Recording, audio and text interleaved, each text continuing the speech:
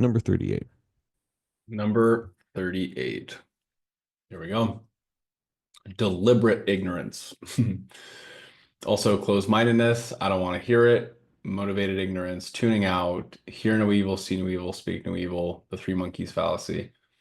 As described by author and commentator Brian Resnick on Vox.com in 2017, this is the fallacy of simply choosing not to listen, tuning out, or turning off any information, evidence, or arguments that challenge one's beliefs, ideology, standpoint, or peace of mind, following the popular humorous dictum, "Don't try to confuse me with the facts, my mind is made up." This seemingly innocuous fallacy has enabled the most vicious tyrannies and abuse over history and continues to do so today. See also trust your gut, confirmation bias, the third person effect. They're all crooks, the simpleton's fallacy, and the positive thinking fallacy. Oh man. This reminds me of um, a video of someone who um I think it was a lady at a Trump rally. I can't remember exactly which one, but it was someone who was like someone who said someone was saying, "Did you know that this person did this or this person said that?" And she was like, "Nope, I don't believe it because I don't." I was like, wow. There's like that fascinating. That's the only video that pops in my head in this moment, but deliberate ignorance. I saw it. I'm trying to think if I've ever done this one. Well, you think uh Yeah. deliberate ignorance. Deliberate ignorance. Oh my God. Deliberate ignorance. Thank you. All right.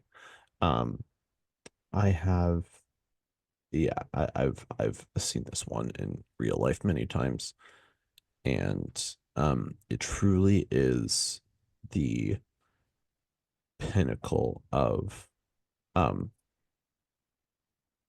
outgroup bias along with confirmation bias, and so much so of um I don't want my thinking to change, and intentionally rejects evidence to the contrary. It's so much the opposite of science that it's like kind of gross.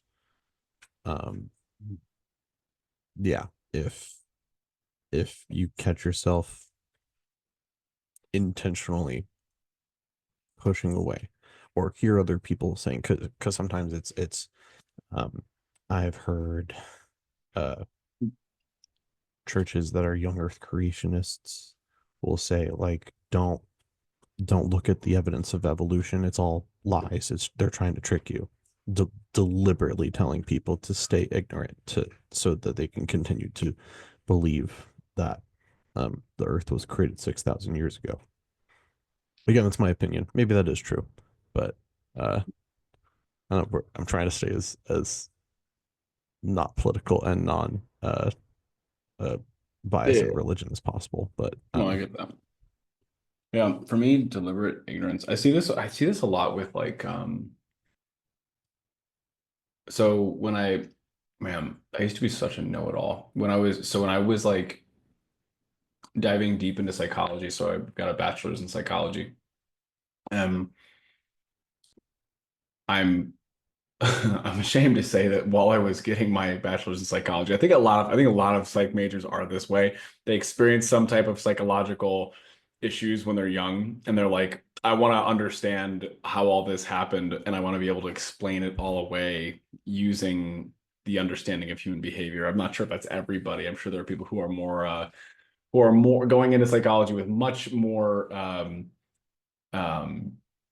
honorable intentions, but that was 100%. I wanted to figure out my family. That was the biggest thing for them. And then obviously inadvertently figure out myself. But I was unwilling to look at myself. And so what I started doing, like I think any person can do, is I just started to judge everyone and everything around me and diagnose everyone and everything around me with with my psychology knowledge. And did you fail to do that for yourself?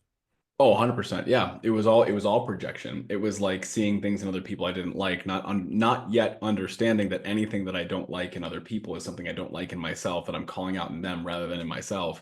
But I didn't know that yet. So I was like, okay, let me just diagnose all these people all over the place. And I remember there were times where my mom would do a certain behavior, or my dad would do a certain behavior, or my brother would do a certain behavior, and I'd say, "Oh, this is because of this and this and this and this and this," and like clockwork of like obviously, understandably so. Like nobody likes being shrunk. Nobody likes being like told how they are.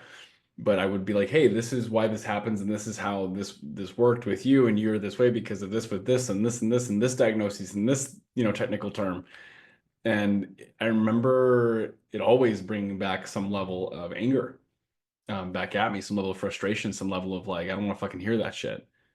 Like don't tell me that. It was some version of I don't want to hear it. You think I've heard responses back to me like you think too much, you analyze things too much, you yeah, you're putting too much thought into this. It was a common thing. I also hate that phrase. I don't think there's such thing as thinking too much. I think there's thinking incorrectly, but Mm, never too much. got that. Well, for me, that was a very common thing, and looking back, it was appropriately so. Like even though it's not always fun to hear things like that from family and friends, they weren't signing up to be microanalyzed by somebody, and then to have, frankly, someone look at them and say, "Look, here's all the things that's wrong with you," like versus like looking at myself, which is hilarious that I didn't do that. But yeah, that's where I've been exposed to this one a lot was when I was trying to diagnose everyone and everything after I got my psych degree.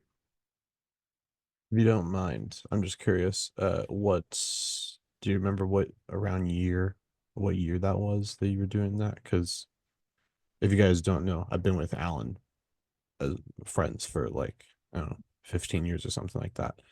Um, and so I'm just kind of curious, like, when do I remember his behavior this Yeah, way? that was happening probably. I was starting to do that around.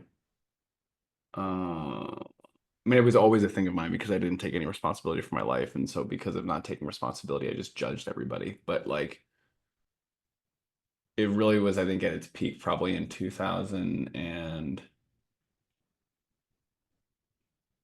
I would say it was at its peak in 2015. Would have been the most intense time. 2015, 2016, potentially Interesting. 17. So 15 through 17 would have been the peak time that would have been happening.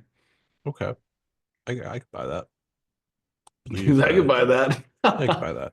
I believe 2015 we were working on a musical together. Was that Wonder at that time? Yeah, I still have the I still play it at times. we'll talk. Well, yet to be announced. We'll talk about it later. Yeah. Um, all right. Number. Are we good on this one? Yeah, it feels good. Very good. All right.